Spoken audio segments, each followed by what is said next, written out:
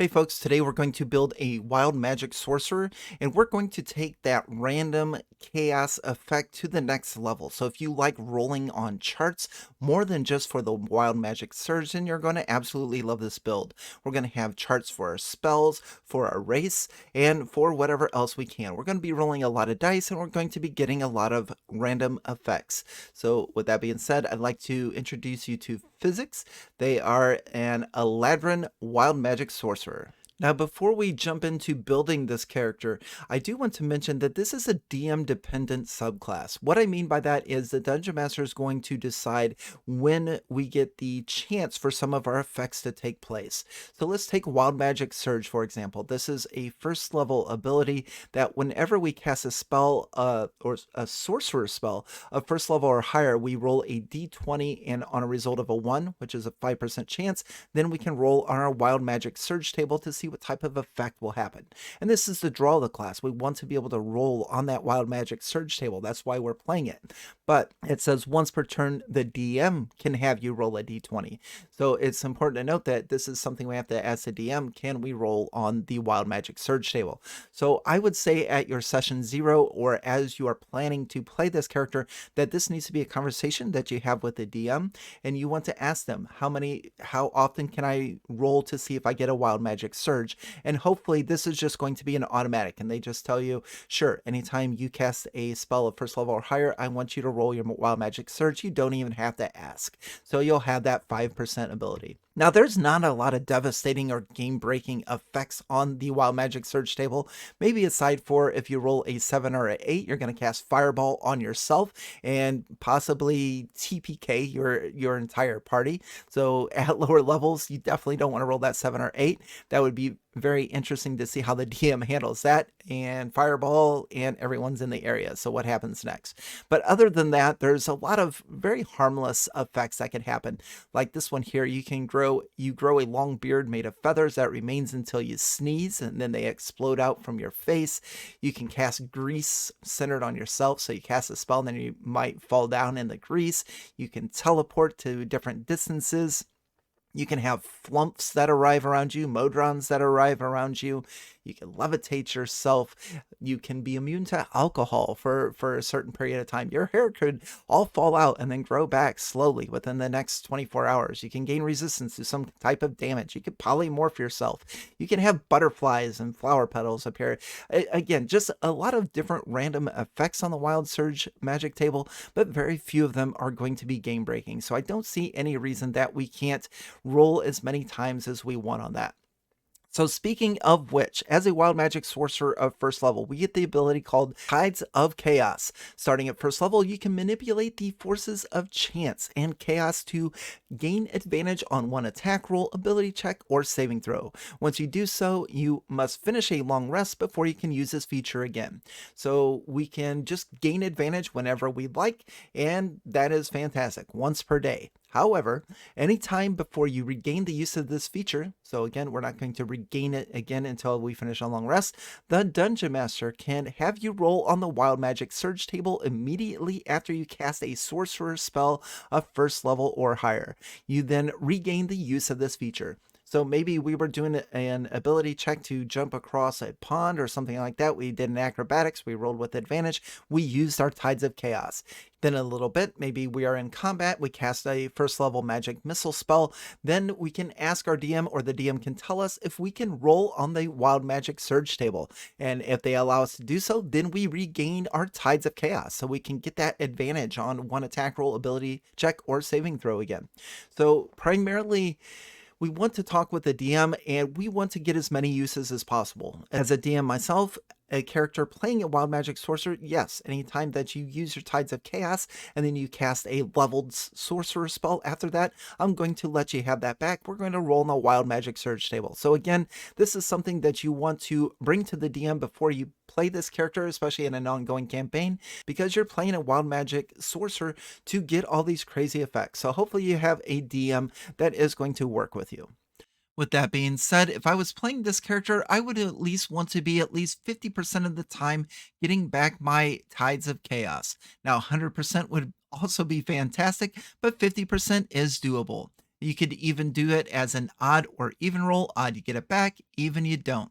But if you don't get to use your Wild Magic Surge as much, that's fine too, because we have a lot of different random tables that we're going to be rolling on with this character, and I'm excited to introduce them to you.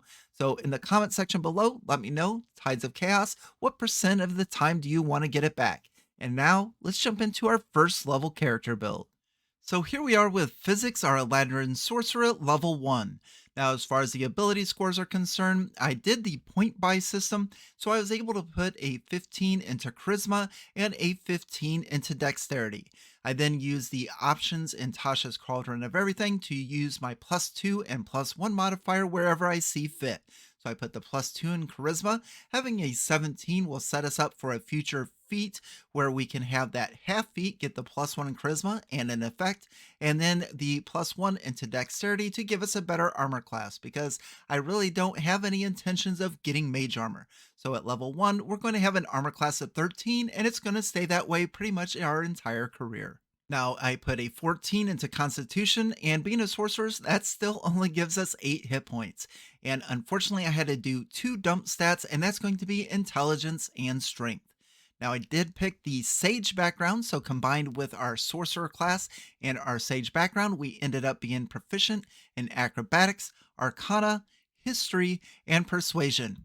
And being an Eladrin Elf, we also get proficiency in Perception. Next, I want to take a look at the Eladrin race, because it is very important to this character build if we want to roll a lot of dice and we want to roll on random tables. Now, one of the issues with the Eladrin, if you're looking in the new Monsters of the Multiverse, is there are some random tables that are missing from that book. And in fact, you're only going to find them in the Mordenkainen's Tome of Foes.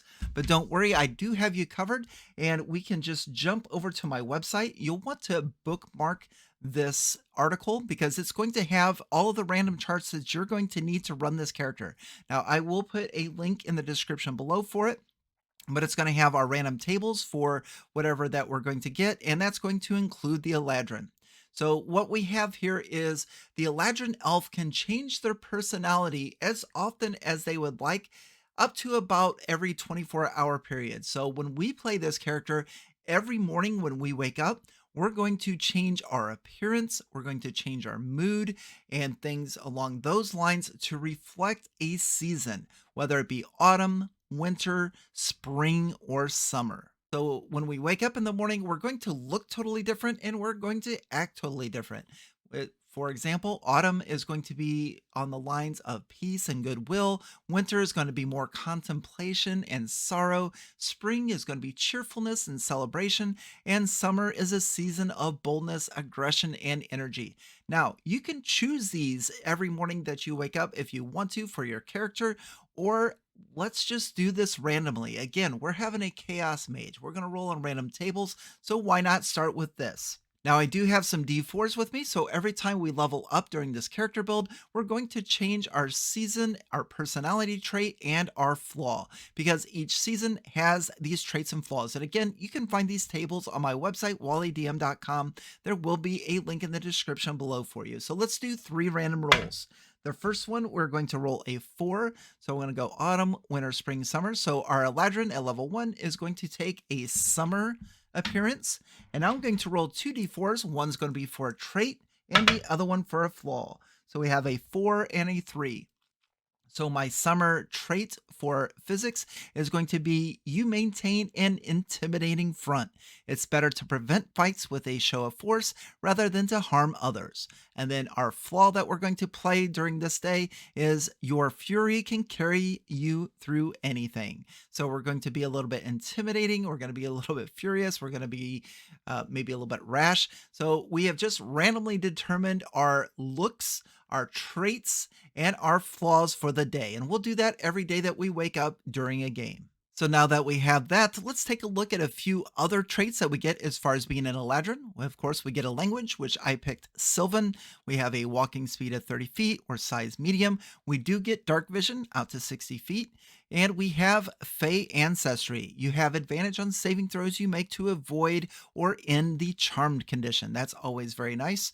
We have Fey Step. This is an amazing ability. I love teleportation, and our Phase Step reads as follows. As a bonus action, you can teleport up to 30 feet to an unoccupied space you can see. You can use this 2 times per long rest, and then at 3rd level, our Phase Step is going to gain an additional effect based on our season, and we'll take a closer look at those when we get to 3rd level. But with regards to Phase Step, I am a huge fan of Misty Step, and this is pretty much going to be Misty Step for us. So now we can save that spell slot for something else. We have Keen Senses as an Eladrin, so we'll be proficient in perception, and we have Trance. You don't need to sleep, and magic can't put you to sleep. You can finish a long rest in 4 hours if those hours are spent in a trance-like meditation in which you remain conscious. So that is the Eladrin Elf. Now let's jump over to spells. We're actually going to get 4 cantrips. I'm going to choose Firebolt. I guess some would say that fire is a little bit chaotic, but this is a damage dealing spell and we're going to need one. This is going to be our main attack when we're not casting leveled spells. So Firebolt's not going to be any random tables or anything. It's just going to be good damage and a good attack for us. At 1st level, we get a +5 to hit and a d10 of damage. Now, I do like to have 2 combat cantrips, and I like to have one where it's a ranged spell attack, like the Firebolt, and I also like to have one that is a saving throw, especially if we get caught up in melee combat where we would have disadvantage with the Firebolt. We can have Infestation where the target just has to make a saving throw and succeed or fail to take damage. And at this level, it's a Constitution of 13. Now, I am going to jump back over to my website, wallydm.com, and the article that I wrote. And Infestation is a random spell. So this is right up our alley for a Chaos Mage or a random sorcerer. So random movement and random bugs, that's what we're going to have. If the target fails a Constitution saving throw, they're going to take a d6 worth of poison damage, and they're going to be moved 5 feet in a random direction. So we can roll our d4, go north, south, east, and west. There we go. I rolled a 1, so they're going to be moved 5 foot north. But we can also kind of homebrew what kind of bugs these are, this infestation. It doesn't really state in the spell description, so I made up this list. You're more than welcome to use it for your character. On a roll of 1d6, we could have ants, fleas, gnats, mosquitoes, ticks, or tiny spiders. So if I roll my d6, I'm going to get a 3, and that would be a swarm of gnats this time that I cast this spell. Again, we're trying to roll as many times as we can on as many random tables, and this one is going to suffice. So I'm looking forward to using Infestation in a game. Now, my other 2 cantrips, I picked Minor Illusion. I really like Minor Illusion, and I think there's all kinds of fun that we could have with it in a random manner. Also, Prestidigitation is the same way. A lot of Prestidigitation, you can have different smells or different sounds or things along those lines. So I will probably make some D6, maybe even some D12 charts, and I may update my article for the Wild Magic Sorcerer, and I will include those charts as well, because I think it'd be a lot of fun if we're going to make a sound to try to distract, that we maybe roll on a d6 chart. Maybe it's animal sounds like cats or dogs or horses or something like that. I think that would be a lot of fun. Be sure to leave a comment below. Let me know what random noises, smells, or even illusions that you would have randomly determined for your Wild Magic Sorcerer. Now, our 1st level spells, we do get to select 2 of them. The first one that I selected is Chaos Bolt, and we roll 2d8. The first d8 is going to determine the damage, and as you can see here, we have poison, cold, fire, lightning, etc. And the second d8 is going to be our damage. Now, if we roll 2 d8s, then we get a roll again. So this is the ultimate Chaos Mage spell. And again, this is called Chaos Bolt, and it's an absolute must. This will be our go-to 1st level spell with regards to combat. Now, the other spell that I have chosen for physics at level 1 is Silvery Barbs. This is a very powerful spell that can be cast as a reaction. And what it does is it forces an enemy to re-roll a die, and they have to take the lower roll. So it adds unpredictability, or a little bit of chaos, if you will, to combat or to ability checks. Not only that, but once we force that disadvantage or that second roll to take the lowest, we can also give a advantage to one of our allies. So this is a very powerful spell, and it's going to fit in with our theme. Now, with being a Wild Magic Sorcerer, we do get two abilities at first level, and we have already gone over those. The first one was Wild Magic Surge, and don't forget, every time we cast a leveled spell, there's a chance that we could have a Wild Magic Surge. So make sure that you put a die out or something to remind you. And then also we have Tides of Chaos, and this is going to come in very important at fourth level. So we'll have to discuss this again, but this is giving us advantage on one roll. And again, we've already discussed these. So with all of this being presented already, we're having a lot of fun at level 1. Let's level up our character to level 2, pick some more spells, and see what's next in store. So here we are with physics at level 2, and as promised, we're going to change our season as an Eladrin elf. So this time I'm going to roll a 2. That's going to take us into a winter appearance. That's probably some really cool shades of whites and blues. I'm going to roll a 2 for our trait and a 2 for our flaw. So as a winter Eladrin, you preserve what you have. Better be hungry today and have food for tomorrow. So we're going to be a little bit of a hoarder. We're going to be saving things for later and not expending a lot of things. That might even pertain to our spell slots. And then our flaw, nothing matters to you and you allow others to guide your actions. So again, just a lot of fun with the Eladrin and being able to determine our appearance, our traits, and our flaws every day in our game. Now, there's not a lot going on for us here at level 2. We do get another first level spell, and I have chosen Magic Missile. Now, I'm sure a lot of you are familiar with Magic Missile. You get 3 darts, you roll a d4 and add 1, and each of those darts is going to do that set amount of damage. But what I like about this is we can actually count how many enemies. Let's say there's 4. We could roll a d4 and we could have those darts hit a random target.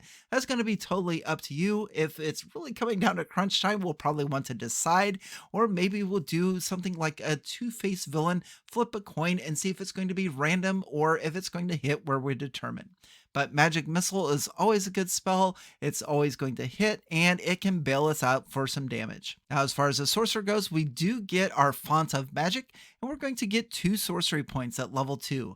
Now, we don't have any Metamagic yet, so this is basically going to be able to be converted to an additional first level spell slot for us. So with our Font of Magic at second level, we essentially have 4 spell slots to use. And that's all I have for us at level 2. Let's advance up to level 3 and take a look at our Metamagic. So welcome back, and here we are with Physics, a level 3 Eladrin Wild Magic Sorcerer. And again, as promised, we're going to randomly determine what our Eladrin looks like at the beginning of each level up. So this time I'm going to roll a 1, so we're going to go into Autumn, and I can see our Eladrin looking in really brilliant and beautiful in all these yellows, reds, and oranges, very much like the turning of leaves.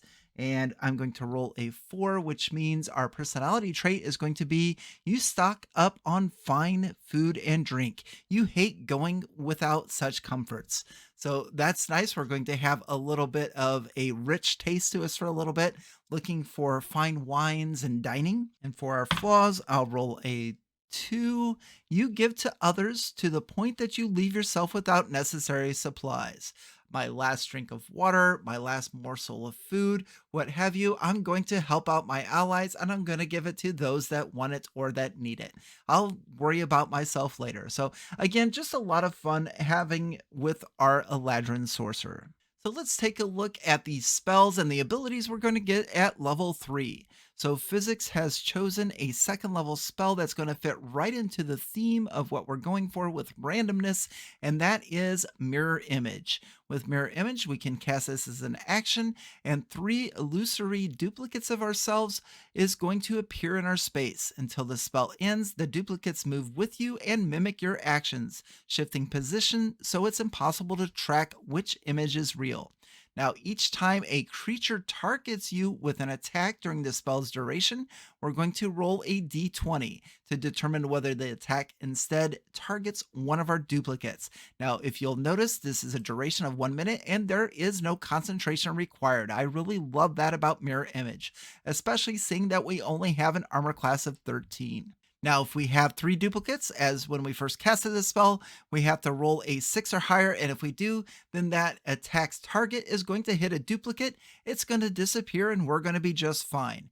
When we have 2 duplicates, it's an 8 or higher, and when there's only 1 duplicate remaining, it's an 11 or higher. Now our duplicate's armor class is going to be equal to 10 plus our dexterity modifier, so it's going to be 13, the same as us. Now this is one of my favorite spells, and again, the rolling of dice to see what duplicate it hits, and just the randomness on whether it hits us or if it hits one of our illusions is just fantastic and fits right into theme for physics. Now, I do want to bounce back over to our racial traits as far as an Eladrin goes, because if you remembered, we have an ability called Fey Touch. Now, this is allowing us as a bonus action to magically teleport up to 30 feet into an unoccupied space that we can see, and we can do that a number of times equal to our proficiency bonus. It's actually replacing Misty Step for me. But at 3rd level, our Fey Step gets an additional ability, and that is determined on our season. So let's take a look at all 4 of them. If our character is currently in autumn, we immediately, after we use our Fey Step, up to 2 creatures of our choice that we can see within 10 feet of you must succeed on a wisdom saving throw or be charmed by you for 1 minute, or until you or your companions deal any damage to the creatures. That is absolutely amazing. I love that. Now that is going to give a DC, which is going to be equal to 8 plus our proficiency bonus plus our intelligence, wisdom, or charisma modifier. And of course, we're going to choose charisma. Now, if we are set into winter mode, then when we use our Fey Step, 1 creature of our choice that you can see within 5 feet of you before you teleport must succeed on a wisdom saving throw or be frightened of you until the end of turn. If we are in spring, then when you use your Fey Step, you can touch 1 willing creature within 5 feet of you. That creature then teleports instead of you, appearing in an unoccupied space of your choice that you can see within 30 feet. And then finally, if we are in summer, then immediately after you use your Fey Step, each creature of your choice that you can see within 5 feet of you takes fire damage equal to the proficiency bonus. I'm really not sure why I haven't played an Eladrin before. There are so many great abilities, and Fey Step, it's got to be one of the best. Now we also get to choose our first Metamagic, and for those of you unfamiliar with the sorcerer, we get sorcery points at 3rd level. We're going to have 3 sorcery points, and we can use those to empower our spells. Now the 2 Metamagics that I have chosen, the first one is Empowered Spell. So we can spend 2 of our sorcery points, and then we can reroll damage dice equal to our charisma modifier. So at this level, we have a +3. So if we roll our dice for our Chaos Bolt at level 1, which is 2 d8s and a d6, and we don't like them, we can re-roll all 3 of them. So it's nice to be able to get extra damage, and it also adds to that unpredictability of our damage. The second Metamagic that I chose is Seeking Spell. If you make an attack roll for a spell and miss, you can spend 2 sorcery points to re-roll the d20, and you must use the new roll. Now, a lot of our spells are going to have a to hit, like our Firebolt, which is a +5, and our Chaos Bolt, which is a +5. So this is going to be really nice. I can really envision seeing this. Maybe we throw our Chaos Bolt and this like spittle of acid goes flying by the enemy. And they're like, haha, you missed. And then we are able to re-roll it with our Seeking Spell, and it just comes back and pegs them in the back of the head. I love envisioning that. So those are the 2 Metamagic that I chose. Let me know in the comments below, what Metamagic would you choose that would fit this character build? That's all I have for us at level 3. Let's advance our character to level 4 and get our first feat. So here we are. Physics is now a level 4 Wild Magic Sorcerer, and we're going to once again change our season. So let's roll a d4. I get a 3, and 3 is going to be spring. So we've now experienced one of each of the seasons.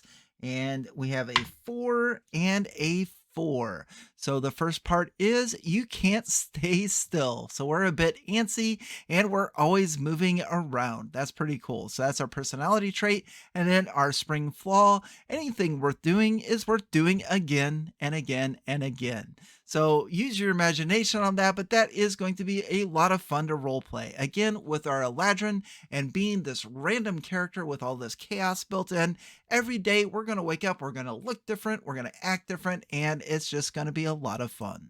Now let's take a look at the feat that we're going to get for physics at level 4 because this is going to be absolutely amazing and it's going to synergize so well with the Wild Magic Sorcerer. This is unbelievable. So we are going to choose Elven Accuracy, and the prerequisite for this is we have to be an elf or a half elf, and Eladrin is an elf, so that's fantastic. Now this is going to increase our charisma by 1, so it is a half feat, and that now gives us a charisma of 18. That's right where we want to be for a sorcerer.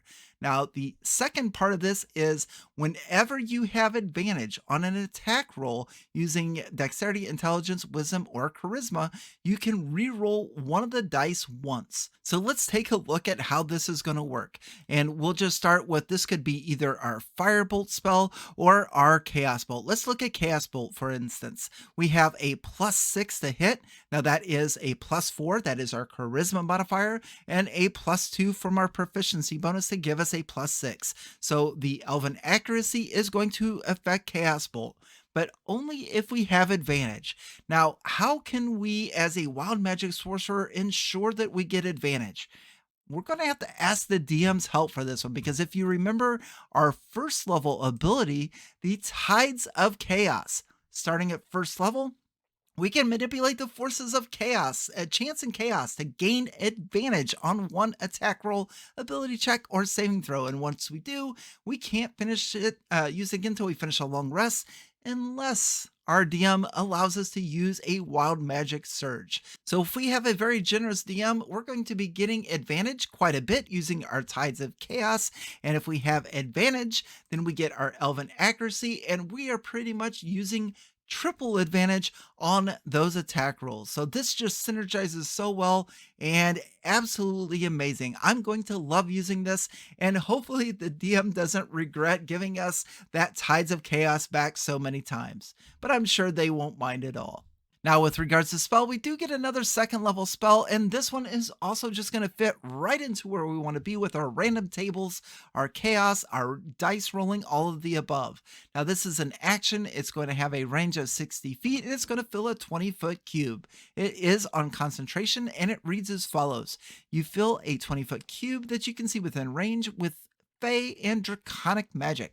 Roll on the mischievous surge table to determine the magical effect produced, and roll again at the start of each of your turns until the spell ends. You can move the cube up to 10 feet before you roll. And this is a d4, so you can have one of the following effects. The smell of apple fills the air, and each creature in the cube must make a wisdom saving throw or be charmed. You can have a bouquet of flowers appear all around. Each creature in the cube must succeed on a dexterity saving throw or be blinded until the start of your next turn. The number 3 result, each creature in the cube must make a wisdom saving throw or begin giggling until the start of your next turn. And number 4, drops of molasses hover in the cube, making it difficult terrain until the start of your next turn. So this spell is just Nathair's Mischief is a Wild Magic Sorcerer spell, and I'm glad to have it.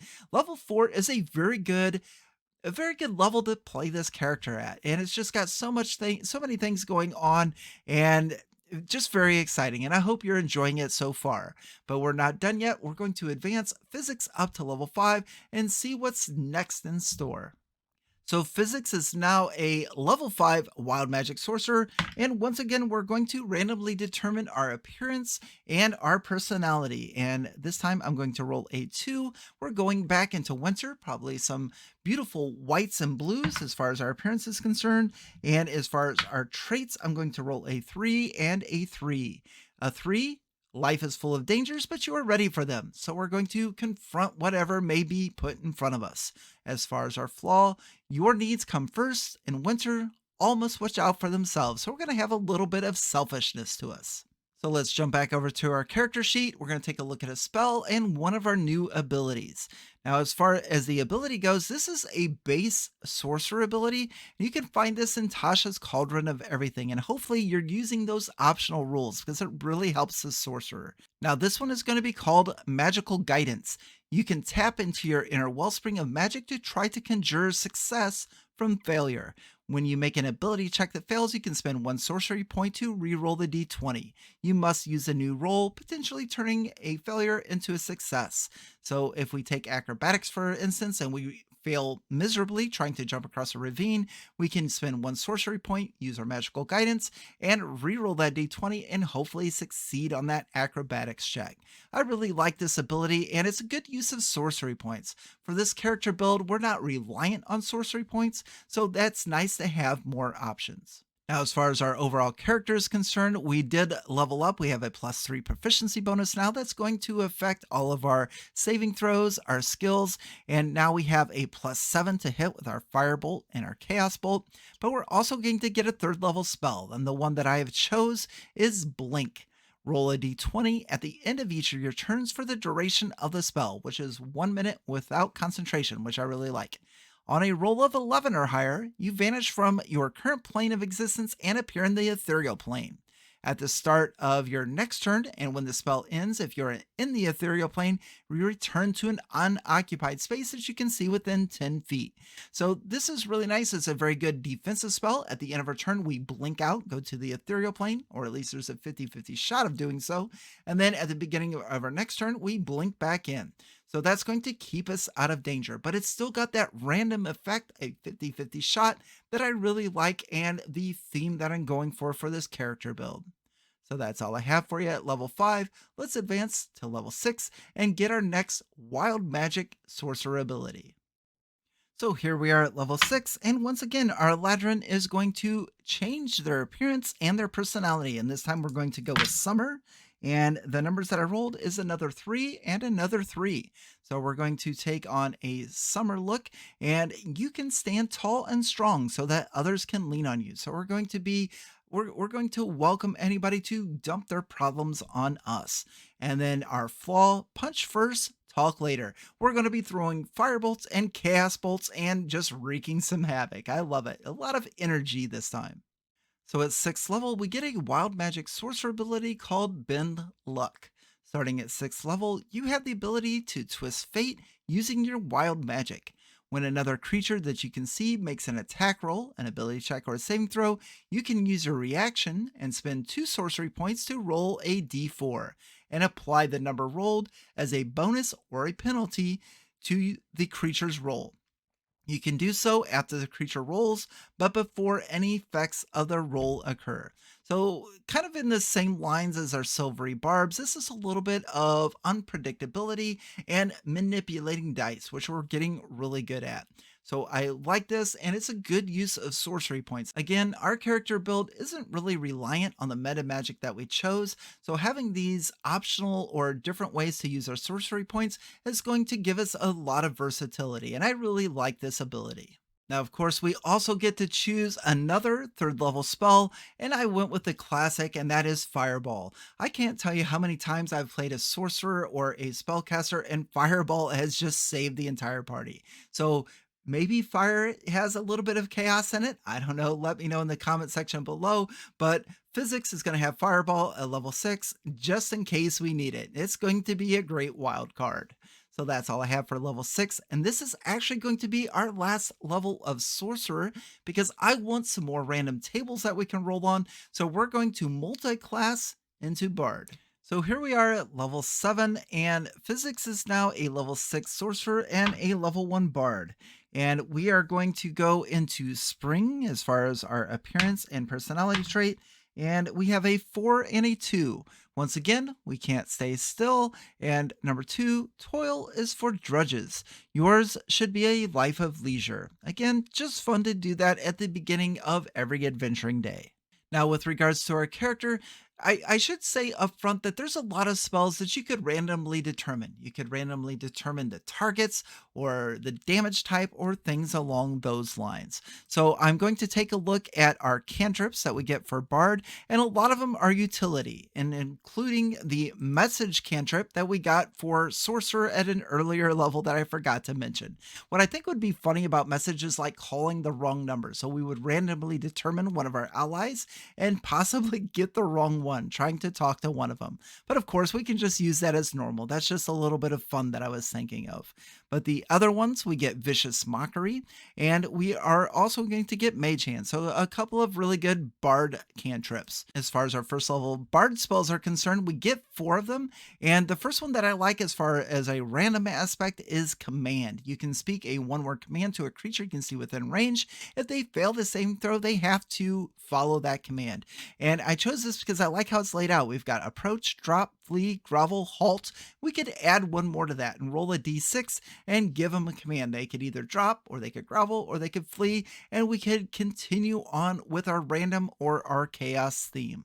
Now, Disguise Self I chose just in case we need it. If I am an Eladrin and I am in all of these whites and blues and my winter mode and I need to make myself look like a normal elf, then I can use Disguise Self to do that. So it gives me an option to be able to help my party out if we need to be undercover, so to speak. I've also chosen Featherfall. It's one of my favorite utility spells. It doesn't have anything really to do with a Chaos Mage, but I do like it. And Healing Word is also a good Bard spell to have. Again, this one is primarily for utility. Now, by multi-classing into Bard, we also get to pick an additional skill. And since our personality changes so much, I thought it would be great to have Intimidation. It is charisma based, so that's a +7, and it also pairs with Persuasion. So we get a +7 in both, and we'll use either one in role-playing scenarios, depending on what our personality trait is. If we're a little bit more angry and passionate, we'll use Intimidation. If we're a little bit more nice and a little bit more calm, then perhaps Persuasion. So a great role-playing tool. And then finally, as a first level bard, we're going to get Bardic Inspiration. For those of you unfamiliar, for 10 minutes, we can inspire one of our allies. We give them a 6-sided die, and they can use that 6-sided die within that 10 minutes on one ability check, attack roll, or saving throw. And they can add that to their d20. And we are going to get 4 uses. This costs us a bonus action to use, and that, again, is 4 uses during a long rest. Now, of course, I'm going to play this as a random table or a Chaos Mage, and so my Bardic Inspirations are going to be randomly determined. Be sure to let me know in the comments section below how you would play the Bardic Inspiration. So that's all I have for us at level 7. We're going to advance into Bard once again to level 8, a Sorcerer 6, and a Bard 2. So here we are as a level 8 character, and I've decided that we can forego the changes of appearance for the Eladrin. Again, it's going to be a lot of fun to be able to determine our season, our personality trait, and our flaw every morning that we wake up. And let me know in the comment section below if you like this idea. Now, we don't get a lot as a level 2 bard. We do get an additional spell, and I just went with utility and detect magic. Now, one of the new features from Tasha's Cauldron of Everything is Magical Inspiration. So this is a 2nd level Bard feature that says if a creature has a Bardic Inspiration die from you and casts a spell that restores hit points or deals damage, the creature can roll that die and choose a target affected by the spell. Add the number rolled as a bonus to the hit points regained or the damage dealt, and then the Bardic Inspiration is gone. I've seen a lot of Bardic Inspiration dies go to waste because the character was on a roll, literally, and hitting very well. So it's nice that the Magical Inspiration allows the Bard, or the one that is inspired by the Bard, to be able to deal extra damage or restore extra hit points. That's a great ability from Tasha's Cauldron of Everything. We also get the Jack of all trades, and that is going to allow us to add half of our proficiency bonus to all the skills. And as you can see here, the skills we're proficient in is a full moon or a filled circle and a half circle for half proficiency. So that is fantastic for ability checks. The final 2nd level ability we get is beginning at 2nd level, the Song of Rest. You can use soothing music or oration to help revitalize your wounded allies during a short rest. If you or any friendly creatures who can hear your performance regain hit points at the end of the short rest by spending 1 or more hit die, each of those creatures regain an extra d6 of hit points. So very good utility for our character as a Bard level 2. But now let's finish this character up. We're going to advance to 3rd level and get some more random tables that we can roll on for our character. So here we are with physics. They are an Eladrin, level 6 sorcerer, bard level 3, and a total of ninth level. Now we do get our first second level spell, and it's really up to you. I thought about invisibility and a few other utility spells, and then I settled on enlarge reduce, where you can either have a creature or an object gain in size or reduce in size. And what I thought about with this was the old Dungeons and Dragons cartoon from the 80s, where Presto would pull out his hat, do some magic, and it would usually go not like he wanted it to. And I would probably do an odd or even die roll on this with regards to enlarge reduce. So it is a 50-50. It either is going to grow or it is going to shrink. And I think that would be just a lot of fun in especially in role-playing scenarios. But now let's take a look at our third level bard abilities. And we're going to start by choosing our college, and I've chosen the College of Spirits. So the College of Spirits is going to have a random table that we get a roll on every day, which is going to be a lot of fun. But that's going to start with our spiritual focus. You employ tools that aid you in channeling spirits, be they historical figures or fictional archetypes. You can use the following objects as a spellcasting focus for your bard spells: a candle, crystal ball, skull, spirit board, or Taroka deck. And if you're playing this as a normal bard, 6th level, you would get more abilities, but I foresee this character going the rest of the way in Sorcerer.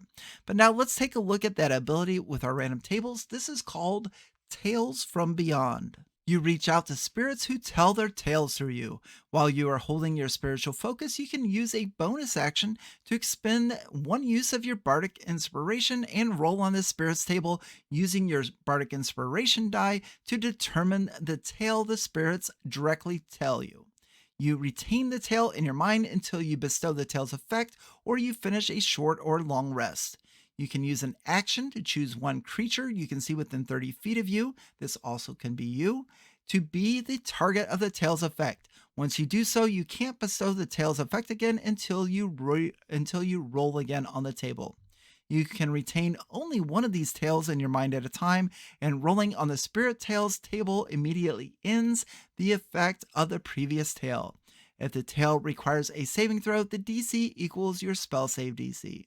So since we are only a third level bard, we only get a d6 at this level as far as our bardic inspiration goes. But if you're playing this as an outright class, of course you'd go up to a d8 and a d10, and the effects get better from there. So let's just take a quick look at the d6 results. Tale of the Clever Animal. For the next 10 minutes, whenever the target makes an intelligence, wisdom, or charisma check, the target can roll an extra die immediately after rolling the d20 and add the extra die's number to the check. Tale of the Renowned Duelist. You make a melee spell attack against the target. On a hit, the target takes force damage equal to 2 rolls of your Bardic Inspiration die plus Charisma modifier. Tale of the Beloved Friends. The target and another creature of its choice it can see within 5 feet of it gains temporary HP equal to a roll of your Bardic Inspiration die plus Charisma modifier. Tale of the Runaway. The target can immediately use its reaction to teleport up to 30 feet to an unoccupied space it can see. Tale of the Avenger. For 1 minute, any creature that hits the target with a melee attack takes force damage equal to a roll of your Bardic Inspiration die. And Tale of the Traveler. The target gains temporary hit points equal to a roll of the Bardic Inspiration die plus a Bard level. And of course, you can see this goes all the way up to a D12, depending on your Bard level and what you use for Bardic Inspiration. I really like the way that it gets better, but it still uses the same table depending on your die rolls. Now, again, for those of you that would like a quick reference for the tables that we're going to use for this character build, I do have the Bard Spirits table on my website and on my article. Again, that link can be in the description below. But this is going to do it for our leveling. We're going to stop at level 9, and let me know in the comment section below, would we continue the rest of the way through with Wild Magic Sorcerer, or would we maybe make a mix of it, make it a 6th level Sorcerer, 6th level Bard to get some more of the College of Spirits abilities? I'm really interested in seeing what direction you would take this character. So that's going to do it for us today with our Wild Magic or our Chaos build. Again, I'm going for a theme of rolling on random tables and being able to roll a lot of dice. And I hope you find this build to be a lot of fun. So with that being said, be sure to leave a comment below and let me know a few of the things I might have missed or might have gotten wrong, or how you would build this character differently. Thank you very much for watching, and on to the next.